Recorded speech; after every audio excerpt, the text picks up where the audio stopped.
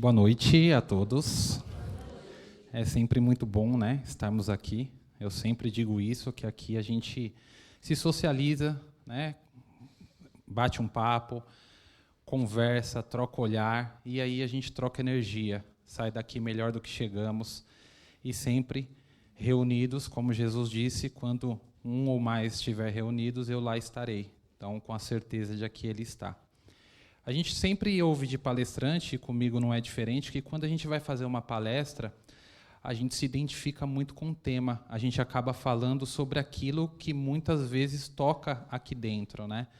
E aí, quando a Neuza falou, vamos marcar uma data de palestra, eu fiquei pensando no tema, sobre o que eu vou falar.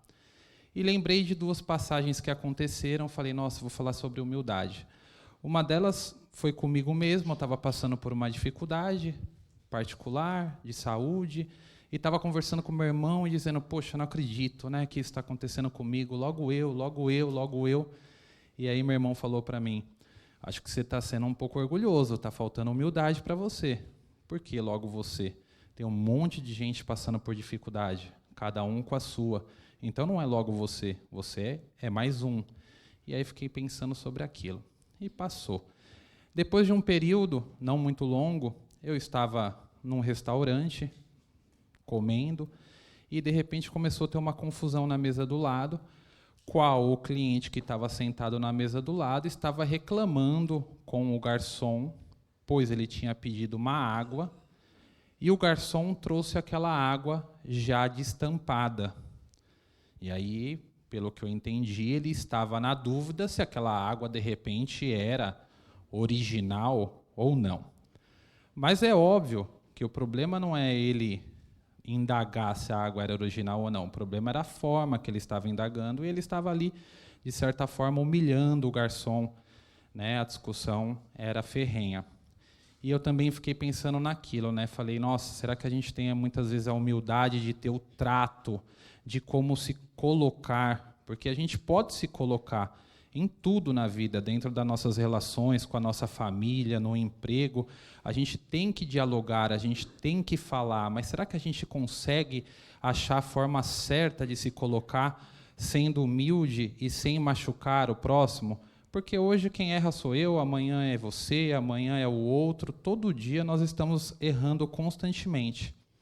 E aí, por fim, faz mais ou menos 2, 3 meses, o Luiz Augusto, não o nosso Luiz aqui, um outro palestrante externo, ele veio falar sobre amor e ele começou a palestra falando de Jesus. E não tem jeito, né? Quando a gente imagina em Jesus, a gente imagina humildade. E aí eu falei, vou falar sobre humildade. E já iniciei com essa foto de Jesus. Jesus lavando ali os pés de todos, dos apóstolos. E aí a gente imagina, né? Que exemplo de humildade. Porque no dia a dia, nós somos criados para ser bem-sucedido. A gente olha nossos filhos, os avós olham os netos e falam, olha como meu neto é lindo. Olha como meu neto, a minha neta é inteligente. Estou lembrando aqui da minha mãe com a minha filha. Olha como a minha neta é inteligente. Olha, ela estuda numa escola maravilhosa. Então, é tudo sempre exaltando algo de melhor. E isso é assim, ou não deveria, mas é. Isso vai incrustando na gente a nossa necessidade de nos sentirmos bem-sucedidos. E para ser bem-sucedido, a gente precisa sempre ter e ser o melhor. É assim que a sociedade, e nós somos a sociedade, nos tratamos.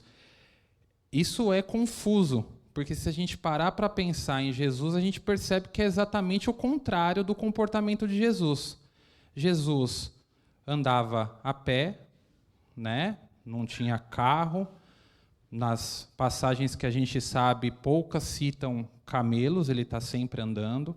Ele usava roupa extremamente simples, ele teve uma vida simples, não tinha os melhores estudos e se comportava de forma humilde. Como eu citei aqui o exemplo, lavar o pé dos seus irmãos. Será que a gente lava o pé dos nossos pais, que é quem colocou nós na vida, sem reclamar? Difícil, né? principalmente porque a nossa sociedade atualmente ela tem um preconceito gigantesco com as pessoas de mais idade. A gente vê que quase não tem pessoas de mais idade no mercado de trabalho. Por quê? Porque ninguém tem paciência, ninguém quer ensinar e acaba tratando essas pessoas de forma a humilhar elas. A gente não tem a humildade de perceber que, primeiro, é um ser humano como nós. Segundo, nós também daqui a pouco estaremos nessa posição. E aí eu trouxe esse tema, seja bem-vinda à humildade. Vamos falar um pouco de Jesus. O que o dicionário fala sobre humildade? Qualidade da pessoa humilde, modesta, simples, sem vaidades, simplicidade, escassez de luxo, de fausto, de ostentação, sobriedade, a humildade de suas vestes. Se a gente for traduzir isso aqui, a gente percebe que nós não somos humildes. Porque a gente gosta de se sentir humilde. Ninguém gosta de virar e falar, como o meu irmão, por exemplo, virou para mim e falou, você está sendo orgulhoso, está faltando humildade. Ninguém gosta de falar, eu sou orgulhoso, eu não sou humilde. A gente gosta de se colocar no papel de pessoas simples, ou seja, de pessoas humildes. Mas, por exemplo, a gente não tem vaidade? Não é maravilhoso a gente ouvir que a gente está bem vestido, ou que a gente tem um carro legal, ou que a gente tem um emprego legal, ou que nós temos uma família linda. A gente vê hoje as redes sociais aí, é quase uma disputa de fotos de filhos. Né? Quem tem mais filho parece que é mais feliz, parece que é mais bem-sucedido. Mas por quê? Porque isso traz vaidade. Então é difícil, se a gente tem vaidade, a gente já não é humilde. A gente já tem dificuldade. É difícil praticar humildade. Eu acho que a gente ainda não está pronto para sermos humildes de forma contínua em todos os atos da nossa vida. Mas a gente vai começando a entender que dá para a gente achar, cada um de nós, dentro do que é melhor para si, alguns pontos para a gente tentar ser mais humilde. Se eu sou muito vaidoso, deixa eu trabalhar um pouquinho isso. Às vezes a gente tem um carro, citei isso na palestra passada, a gente tem um carro, o carro é bom, o carro leva a gente para todo lugar, e aí você vê a pessoa se enforcando, se endividando, quase ficando sem dinheiro naquele mês para comer, para trocar de carro por um carro maior, por um SUV desses grandão, né? Bonito pra caramba, também acho. Mas será que vale a pena? Porque, no fundo, ele tem 4 rodas, um volante, um breque, um câmbio, igual o Uno. Igual o Uninho, ele vai te levar para o mesmo destino que o Uno. Então a gente tem que começar a mensurar isso. Por quê? Porque, no fundo, isso traz vaidade. Né? E o carro é legal, eu não cito muito casa, por quê? Porque a casa você não leva para a festa para mostrar para a família. A casa não cabe no bolso, mas o carro, todo mundo quer chegar com um carrão bonito numa festa de família, para todo mundo ver que está chegando. Ah lá, chegou, eu sou bem-sucedido, eu tenho um carro legal, um carro da moda, um carro novo. E é legal, quem tem condições de ter, que tenha, mas sempre trabalhando isso. Será que eu preciso? Eu tenho condições realmente? Eu preciso? Será que isso aqui não é para enaltecer a minha vaidade, o meu ego, o meu egocentrismo, para eu me sentir melhor? A gente tem que pensar isso, porque quando a gente se envaidece e o nosso ego vai lá em cima, muitas vezes a gente, ao mesmo tempo, está humilhando alguém ao nosso lado. Muitas vezes a gente está humilhando alguém ao nosso lado. Esse é o grande problema de a gente ser vaidoso. Né? Luxo, ostentação. A gente vê aí, né, hoje em dia, né, os rappers, os funkeiros andando com colar, relógio. Faustão, outro dia, eu vi uma reportagem com o Faustão com um relógio de 15 milhões. Como que pode existir um relógio de 15 milhões? Quantas pessoas poderiam ser sustentadas com 15 milhões para um relógio que ele vai marcar a mesma hora que aquele relógio de parede ali que deve custar R$20? Então, essa ostentação, e a gente tem, eu usei o Faustão como exemplo, mas a gente tem. Né? Quem não quer andar com uma camisa com o crocodilozinho aqui da Lacoste, aqui, ó, né? Quem não quer? A gente tem. Quem não quer andar com um sapato, com uma bolsa da Louis Vuitton? Se tiver, a gente quer. Se a gente tiver condições, a gente quer comprar sim. Então, a gente tem que tomar cuidado com isso, mas preciso. E o quanto isso vai impactar na minha vida. Às vezes, eu tenho um passo daqui 1 ano que eu gastar esse dinheiro agora vai me prejudicar lá. E aí, mas a gente quer pensar no imediatismo, né? Porque essa vaidade, essa ostentação, ela traz o imediatismo. A gente quer para agora. Daqui 1 ano, eu vejo como que eu resolvo. Ficou um pouquinho distorcido ali, eu vou ler aqui, mas tá? Eu não sei se vai dar para vocês lerem. Sem a humildade, isso aqui quem disse foi o Herculano Pires, que é um espírito extremamente elevado, tá? Dentro do livro O Centro Espírita. Sem a humildade, que gera e sustenta o amor ao próximo, nem o estudo pode dar frutos. Então, a gente pode estudar. Eu posso aqui vir aqui no GESB todos os dias da semana estudar sobre Espiritismo. Se eu não praticar a humildade, não vai servir de nada. É conhecimento sem prática. Se é que a gente pode chamar de conhecimento, porque se eu não consigo praticar, talvez eu não tenha aprendido aquilo que eu estou estudando. Quando a gente aprende, 5 mais 5 é 10. Aprendi. Agora, se eu não consigo praticar, talvez eu nem tenha aprendido. Por outro lado, sem estudo da humildade não produz amor, mas fingimento, hipocrisia de maneiras e fala melosa, de voz impostada para imitar anjos.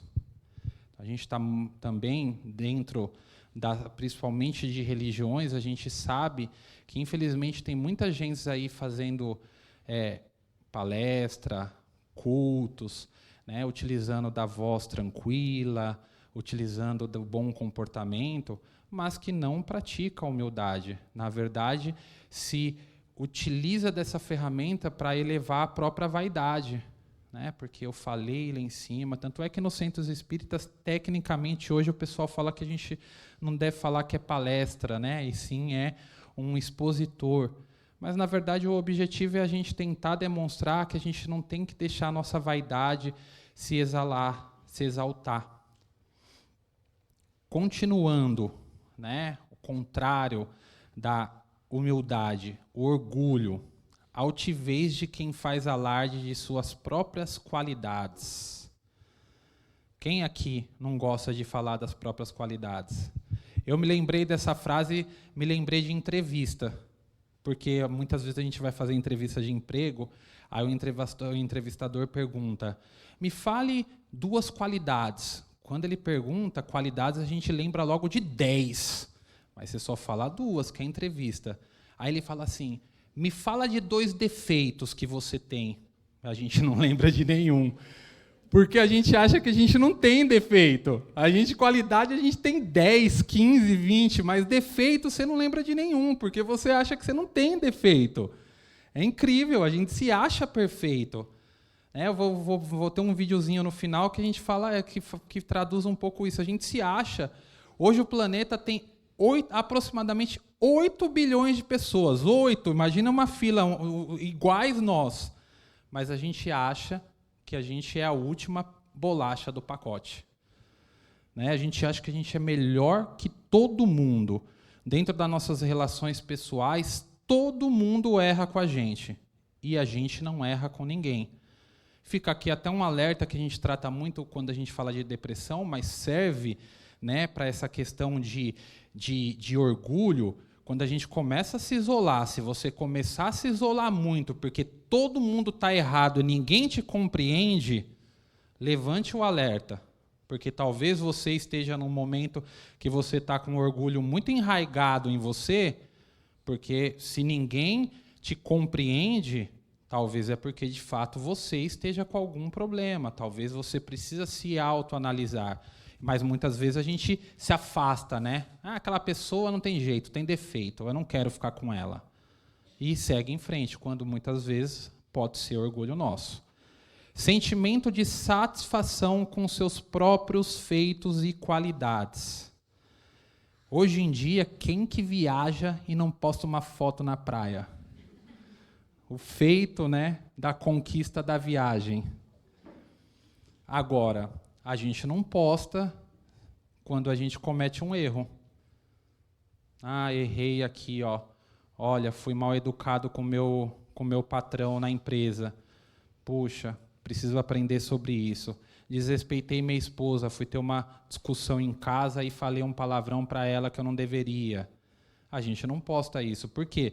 A gente quer ter essa satisfação de feitos, de qualidades, de coisas boas que nós tivemos na nossa vida e que, de certa forma, a gente trabalha como se tivesse sido uma conquista nossa. Olha como eu sou bom, eu lutei e conquistei isso.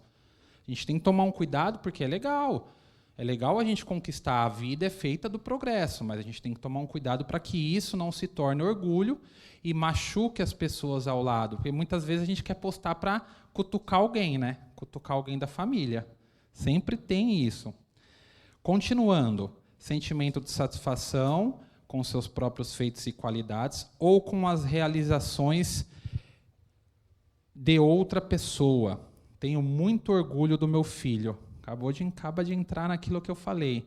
Não, minha filha é muito bem-sucedida, ela é linda, ela estuda na melhor escola, ela tem um emprego maravilhoso, ela trabalha, sabe onde? Ela trabalha na Votorantim, lembrei disso agora. Eu encontrei um vizinho meu, faz uns 2 meses ele mudou, e aí, tudo bem, não vou falar o nome dele aqui, né? Tudo bem, tudo, e aí tá legal. Não, lá em casa tá tudo maravilhoso, minha filha, você não tem noção, ela tem 17 anos, ela já entrou de trainee na Votorantim. Ah, legal, mas ele falou com um orgulho tão grande, que a gente percebe que muitas vezes está tudo bem, a gente comete esse erro também, porque faz parte desse nosso sentimento de orgulho, mas muitas vezes a gente percebe que é orgulho, e existe a tendência desse orgulho de mostrar que talvez o meu esteja mais bem sucedido do que o seu. É esse cuidado que a gente tem que trabalhar, porque quando a gente se perde nisso, a gente está deixando de ser humilde. Hoje, a gente vive muito, todos nós, problemas emocionais, né? Questão de pânico, questão de depressão, ansiedade. Muitas vezes, uma fala dessa mal colocada pode atrapalhar aquela outra pessoa, que já não está num momento muito bom, que pode estar desempregada, que pode estar sozinha, em solidão, e pode estar se sentindo sozinha, e aí a gente fica ali, não, aqui eu minha família, isso e aquilo, e a pessoa, às vezes, naquele momento não está legal.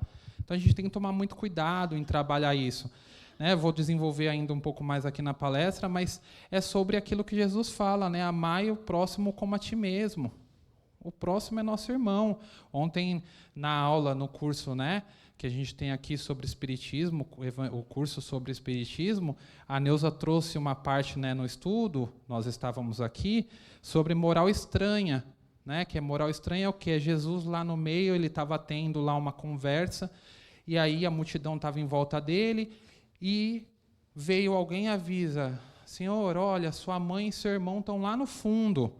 Eles querem falar, dando aquela situação de, não, abre aí, deixa eles passarem. Ele virou e falou, mas quem são minha mãe e meus irmãos, se não todos vocês? Então, falar de moral estranha porque pode passar a entender que Jesus desprezou a mãe e os irmãos. Mas não, todos nós somos irmãos. O carinho que eu tenho que ter por você é o mesmo carinho que eu tenho que ter pela minha mãe. Jesus quem disse isso. Nós estamos pronto? Ainda não, estamos no caminho. Vai chegar o dia que nós vamos entender isso, que o carinho que eu tenho que ter por você é o mesmo que eu tenho que ter pela minha mãe, porque Jesus falou. Jesus assim falou 2024 anos atrás, para a gente entender o quanto a gente é imperfeito. São 2024 anos que nós ainda não conseguimos praticar plenamente isso. Mas estamos aqui tentando. Estamos aqui, né, em muitas pessoas e estamos tentando, porque se a gente veio até aqui é exatamente para tentar. A humanidade é uma virtude bem esquecida, a humildade, perdão, é uma virtude bem esquecida entre vós. Os grandes exemplos que vos foram dados são bem poucos seguidos, e todavia, sem a humildade, podeis ser caridosos com o vosso próximo?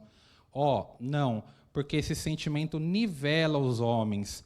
Diz-lhe que são irmãos que devem se que devem se ajudar e os conduzir ao bem. Evangelho segundo o Espiritismo, capítulo 7. Vai ao encontro disso que eu acabei de falar. A gente precisa se ajudar, a gente precisa entender que o próximo é nosso irmão. Quando a gente deixa de ter humildade e acaba exacerbando dentro de nós o orgulho, automaticamente a gente está fazendo mal para o nosso irmão que está ao nosso lado. Quando a gente achar essa igualdade, a gente vai conseguir evoluir. Orgulho, para não falar um pouquinho sobre orgulho, para não parecer que ter orgulho também é 100% errado. Quando o orgulho ele traz em nós reconhecimento, eu tenho orgulho de alguém, brio, ele pode ser positivo. Ele se torna positivo quando a gente não reconhece nossos erros. Eu, Felipe, tenho uma dificuldade enorme de reconhecer meus erros. Não sei vocês, mas eu tenho. Eu preciso trabalhar isso dentro de mim. Não aceita ajuda. Tem gente que não aceita ajuda. Você conversa com a pessoa, olha, procura uma ajuda, a pessoa não procura. Olha, estou achando que você precisa procurar talvez um psicólogo, bater um papo. Não, eu estou bem. Psicólogo, papo de besteira, frescura. A gente ouve isso, né? Existe um preconceito gigantesco ainda. Soberba, arrogância. Por isso que Jesus disse sobre soberba e arrogância, né, da dificuldade de um rico entrar no reino dos céus. Dificilmente a gente vai encontrar uma pessoa rica que não transpareça arrogância, soberba. Dificilmente. Pode ter, mas é difícil. O Allan Kardec, no Evangelho segundo o Espiritismo, capítulo 9, item 9, ele diz assim, ó, o orgulho leva a vos crer mais do que sois, a não poder sofrer uma comparação que possa vos rebaixar e vos considerar ao contrário, tão acima dos vossos irmãos, seja como espírito, seja como posição social, seja mesmo como superioridade pessoal, que o menor paralelo vos irrita e vos fere. A gente tem dificuldade de ser comparado. A gente quer ser sempre melhor do que o próximo. Toda a moral de Jesus se resume na caridade e na humildade, isto é, nas duas virtudes contrárias ao egoísmo e ao orgulho. Quando a gente pratica caridade, por isso que a gente bate bastante nessa tecla aqui no GESB, caridade, caridade. Quando você olha para o próximo, quando você enxerga e ajuda alguém, automaticamente você está praticando a sua humildade. E quando a gente não olha para o próximo, é impossível ser humilde. Mateus, está no Evangelho de Mateus 11, 29. Tomai sobre vós o meu jugo e aprendei de mim, que sou manso e humilde de coração, e encontrareis descanso para as vossas almas. Imagine, né? Jesus sabia que ia passar por tudo aquilo, mas ele estava encarnado, ele era igual a nós. Ele tinha alinhado com Deus, né, supremo ali, de que ele ia desencarnar, mas e se ele virasse e falasse assim, não vou passar por tudo isso não, agora eu quero é curtição. Né? A gente nunca pensa nisso, mas se ele falasse, agora eu quero curtição, que morrer por ele, estou fora, quero curtição. Mas não, a humildade dele, né, que a gente tem dificuldade de ter ainda, estamos evoluindo, fez ele se manter ali para se sacrificar por nós. Será que a gente está pronto para se sacrificar pelo próximo? Dos ensinamentos de Jesus, o Evangelho registra diversas passagens sobre humildade. No Evangelho de Mateus, capítulo 5, item 3, diz assim, bem-aventurados os pobres de espírito, porque deles é o reino dos céus. Porque todo o que se exalta será humilhado, e todo o que se humilha será exaltado. A gente tem que tomar cuidado de não humilhar o próximo. E a gente humilha frequentemente, principalmente de âmbito familiar. Em discussões, a gente sempre humilha. Uma última passagem que eu vou falar aqui sobre isso, poxa, um colega de trabalho, que eu não vou citar, ele sempre relatando para mim, porque a minha esposa, o trabalho dela é isso, ela ganha tão pouco, ela não se toca, eu falo para ela que ela tem que mudar de emprego. E aí, no mês seguinte, ele estava falando para mim que ele estava precisando pedir dinheiro para ela porque ele estava sem dinheiro para pagar algumas contas. Difícil, né? A gente passa por isso, não estou aqui julgando ele, a gente comete esses erros diariamente ou constantemente na nossa vida. Caridade e humildade tal é, pois, o único caminho da salvação. Egoísmo, orgulho, tal o da perdição. Vou passar um videozinho para vocês aqui para a gente encerrar, que é curtinho e bem legal, que é uma passagem do Chico Xavier. Quem está entrevistando ele é a Hebe Camargo. Para mim, sou apenas médium. E médium muito falho. E os médiuns se continuam uns aos outros através do tempo.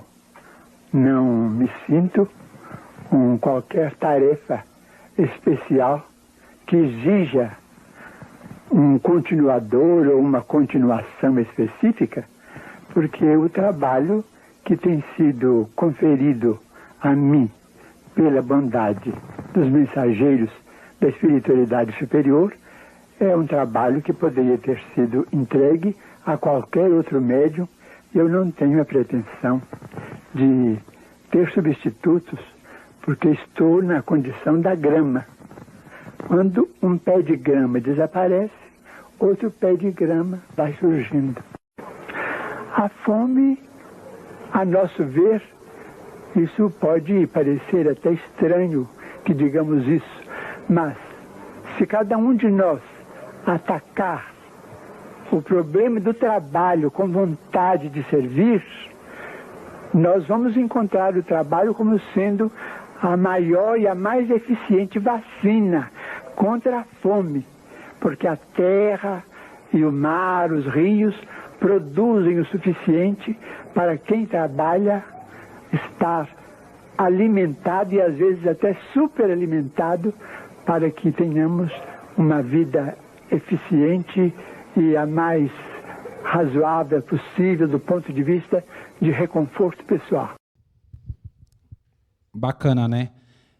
Para a gente finalizar só essa passagem de Chico, que ele se compara a um tufo de grama, né? Esse tufo morre e nasce outro.